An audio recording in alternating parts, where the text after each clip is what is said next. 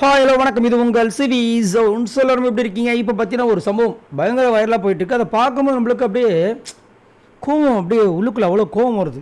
காரணம் என்ன, ஆல்ரெடி இந்த திவாகரை வந்துட்டு எவ்வளோக்கு எவ்வளோ கேவலப்படுத்த முடியுமோ அவ்வளோ விஷயங்கள் பண்ணிகிட்ருக்காங்க. அவர் மனுஷனாகவே மதிக்கிறது இல்லை ஒரு சில பேர். அதுலேயும் குறிப்பாக கமருதீன் நிறைய விஷயங்கள் கையை ஓங்குற மாதிரி பண்ணுறது, பைத்தியம், அந்த மாதிரி நிறைய விஷயங்கள். நேற்று வந்து துப்புறாரு. நேற்று நைட்டு இன்னொரு விஷயம் நடக்குது. நைட்டு வந்து நந்தினி ரொம்ப டிப்ரெஷனில் கத்துறாங்க. அதுக்கப்புறம் வந்து திரும்ப வந்துட்டு கார்டன் ஏரியாவில் உட்குறாங்க. அங்கே வந்துட்டு நம்ம துஷார் வந்துட்டு அவங்களுக்கு ஆதரவாக இருக்கார். அப்போ ஒரு பெரிய கலவரம் உண்டாகுது.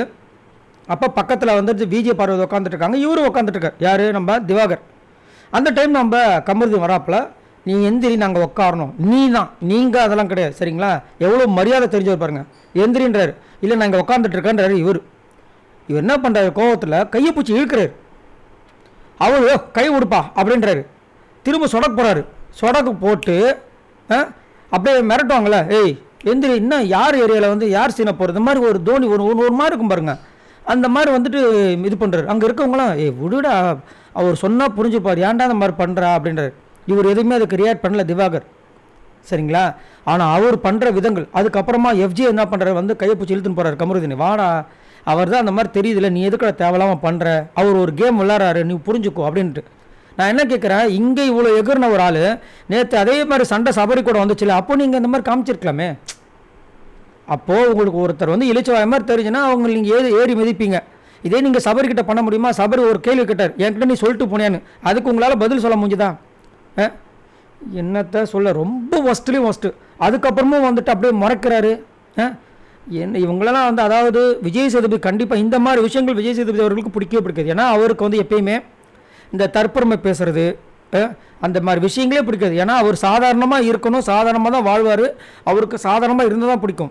இந்த தௌலத்தாக பண்ணுற விஷயங்கள் சுத்தமாக பிடிக்காது. அதுலேயும் நான் வந்து சீரியலில் ஹீரோ மாதிரி நடித்தவன், இவரெல்லாம் என்ன சோசியல் மீடியாவில் வந்து நெகட்டிவாக வந்து ட்ரெண்டிங் ஆகிட்டு இவங்களாம் உள்ளே இருக்காங்க அப்படின்ற மாதிரிலாம் வந்து நினச்சிக்கிட்டு இந்த சொடக்கு போடுறது, கையை பூச்சி இழுக்கிறது, இதெல்லாம் என்ன ஒரு மேனரிசம்? இவங்களாம் படித்து தான் வந்தாங்களாம். படித்தவங்கன்னா எப்படி இருப்பாங்க யோசிக்கணும்.